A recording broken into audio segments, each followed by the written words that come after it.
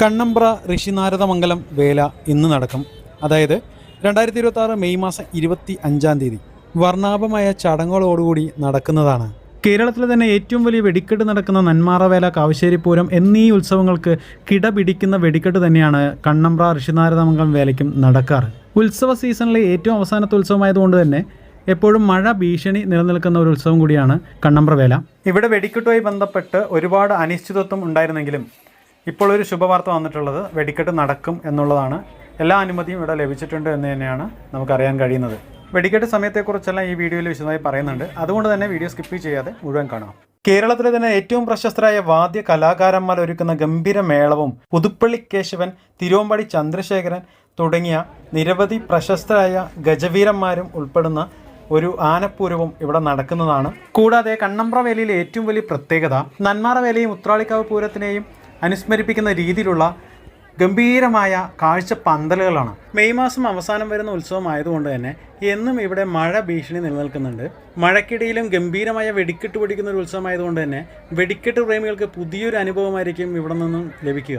ഇനി നമുക്ക് കണ്ണമ്പ്ര വേലയിലെ വെടിക്കെട്ട് അപ്ഡേറ്റ് നോക്കാം. മുണ്ടത്തിക്കോട് വെടിക്കെട്ട് നിർമ്മാണശാലയിലെ അപകടത്തിന് ശേഷം നടന്ന നിരവധി ഉത്സവങ്ങൾക്ക്, തൃശ്ശൂർ പൂരം അടക്കമുള്ള നിരവധി ഉത്സവങ്ങൾക്ക് വെടിക്കെട്ടിനുള്ള അനുമതി ലഭിച്ചിരുന്നില്ല. അത്തിപ്പറ്റ മാങ്ങോട്ടുകാവ് വേല, തിരുവില്ലാമല പറക്കോട്ടുകാവ് താലപ്പൊലി, ചിറ്റിലേഞ്ചേരി വേല, മുടപ്പല്ലൂർ വേല തുടങ്ങിയ നിരവധി ഉത്സവങ്ങൾക്ക് കോടതിയിൽ നിന്നും അനുമതി ലഭിച്ചിട്ടും ബന്ധപ്പെട്ട അധികാരികളിൽ നിന്നും അനുമതി ലഭിക്കാത്തത് മൂലം വെടിക്കെട്ട് നടത്താനാവാത്ത ഒരു സാഹചര്യമാണ് ഉണ്ടായിരുന്നത്. പക്ഷേ കണ്ണമ്പ്ര വേലയ്ക്ക് കോടതിയിൽ നിന്നും അതുപോലെ തന്നെ ബന്ധപ്പെട്ട അധികാരികളിൽ നിന്നും കടുത്ത നിയന്ത്രണങ്ങൾക്ക് വിധേയമായി വെടിക്കെട്ട് നടത്തുന്നതിനുള്ള അനുമതി ലഭിച്ചിട്ടുണ്ട്.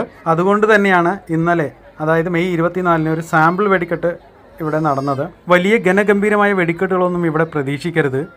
ഒരിക്കലും നടക്കില്ല എന്ന് കരുതിയ വെടിക്കെട്ട് വീണ്ടും തിരിച്ചു വരുന്നു എന്നുള്ളൊരു ആഹ്ലാദത്തോടുകൂടി നമുക്ക് ഈ ഒരു വെടിക്കെട്ട് ആസ്വദിക്കാം. വെടിക്കെട്ട് സമയം നോക്കുകയാണെങ്കിൽ വൈകുന്നേരം 7 മണിക്ക് ശേഷമായിരിക്കും രണ്ട് ദേശങ്ങളുടെയും വെടിക്കെട്ട് നടക്കുക. ഋഷിനാരദമംഗലം ദേശത്തിൻ്റെ വെടിക്കെട്ട് ഉത്സവ പറമ്പിൽ കണ്ണമ്പ്ര വേലപ്പറമ്പിലും, അതുപോലെ തന്നെ കണ്ണമ്പ്ര ദേശത്തിൻ്റെ വെടിക്കെട്ട് അതിന് സമീപത്തുള്ള പാടത്താണ് നടത്താറ്.